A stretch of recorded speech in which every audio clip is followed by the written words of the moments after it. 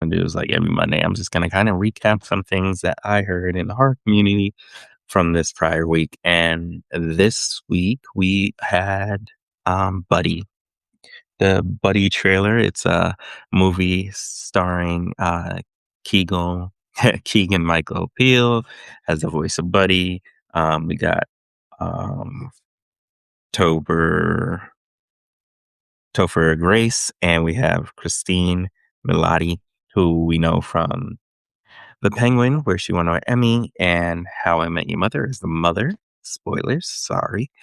But Buddy is about a children's TV show and the from the past, I guess. But anyway, it gets pretty much like any kind of like Reddit horror when it comes to like old TV shows. Kids are being like sucked in. The past isn't what you really remember, things like that.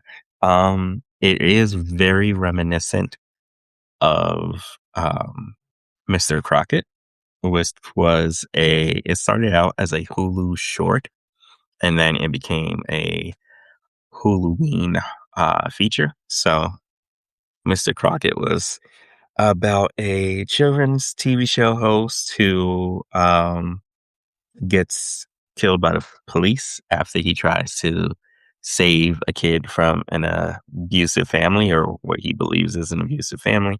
And then basically years later, he is continuing this quest to save kids by kidnapping them through the television and bringing them into his little Mr. Crockett land.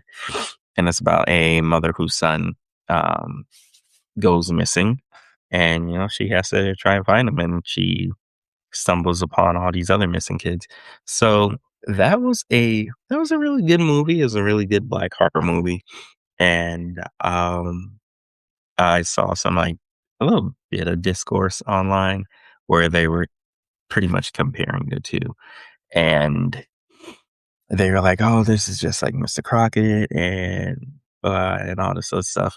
Well, for me, like you're you're gonna have similar ideas. That just happens. Ideas are not unique. It's more about how you execute them. Uh, my major issue with this, I believe, is just Buddy has more money behind it, more star power behind it, and I'm worried that it's just gonna overshadow Mr. Crockett and people won't discover it as much. But then again, there could be an opposite effect where people might like Buddy or hate Buddy but loves the concept and want to seek out more movies like that. Honestly, for me, I like these kind of movies because I did like Mr. Crockett, but I'm honestly just kind of waiting for that um, Barney movie that that they're fitting to make. But you know, that's just me. I was a Barney fan. I wish they'd make it. I don't know. I'm not too sure. I know they're making it an adult Barney movie, but that sounds weird. Yeah, never mind. They're making it a more mature Barney movie, but I don't believe it's horror. So yeah, that was that for that. What else happened? Give me a moment. I have notes. Oh, okay. Okay, so Obsession is coming to Peacock. Um, as you know, Obsession has made like a load of money, like over what is it, like 400 million or something like that. I don't know, some crazy amount of money.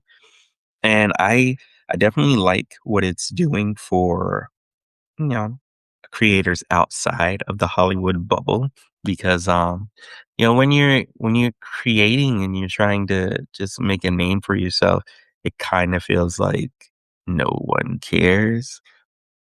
But with like the success of Obsession and Backrooms, it feels like, oh, they're gonna take uh more looks at people outside of the Hollywood bubble. So that'd be pretty cool. Although actually, from what I've heard about the plans after Backrooms, is that they're gonna start scouring Reddit for different horror movie concepts. And I don't know how I feel about that because, like, I don't know if a creator is gonna be paid for that.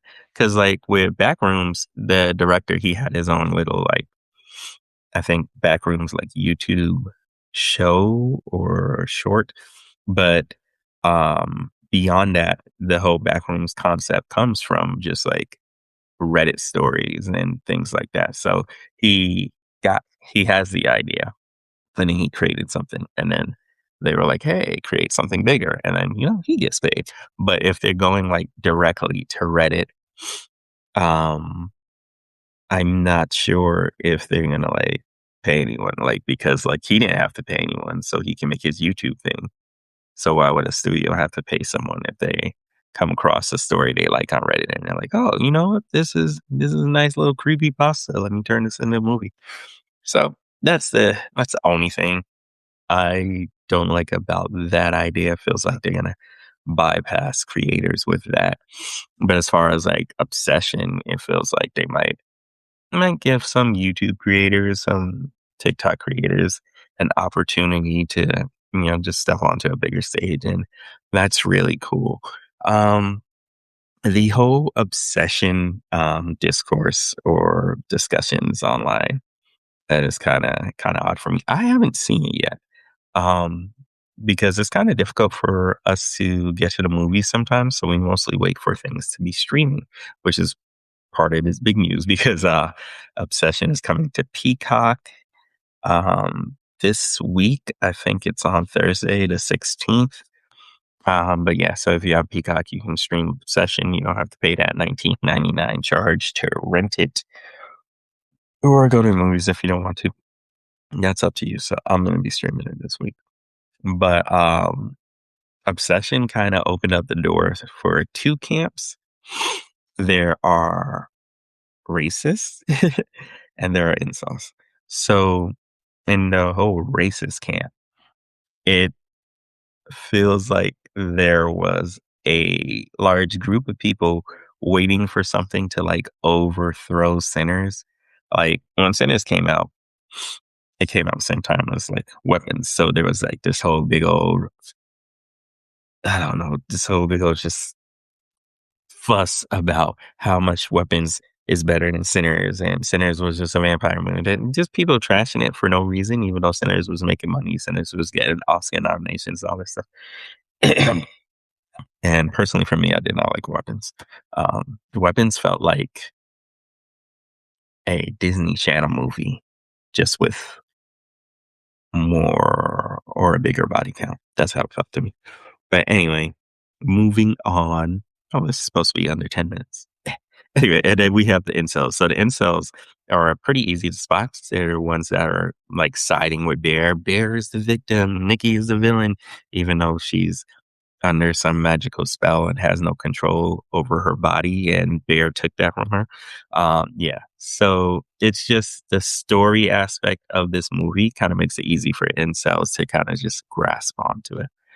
So that's the two camps. I'm still gonna watch a movie. I'm very excited from it. We also got news from Scream Magazine that Bruce Campbell posted on his Instagram that he's no longer seeking to be Ash from the Evil Dead franchise. He wants a larger legacy than that. He doesn't want to just be remembered as the Evil Dead guy. Also, Bruce Campbell is battling cancer. He says it is not curable, but it is treatable.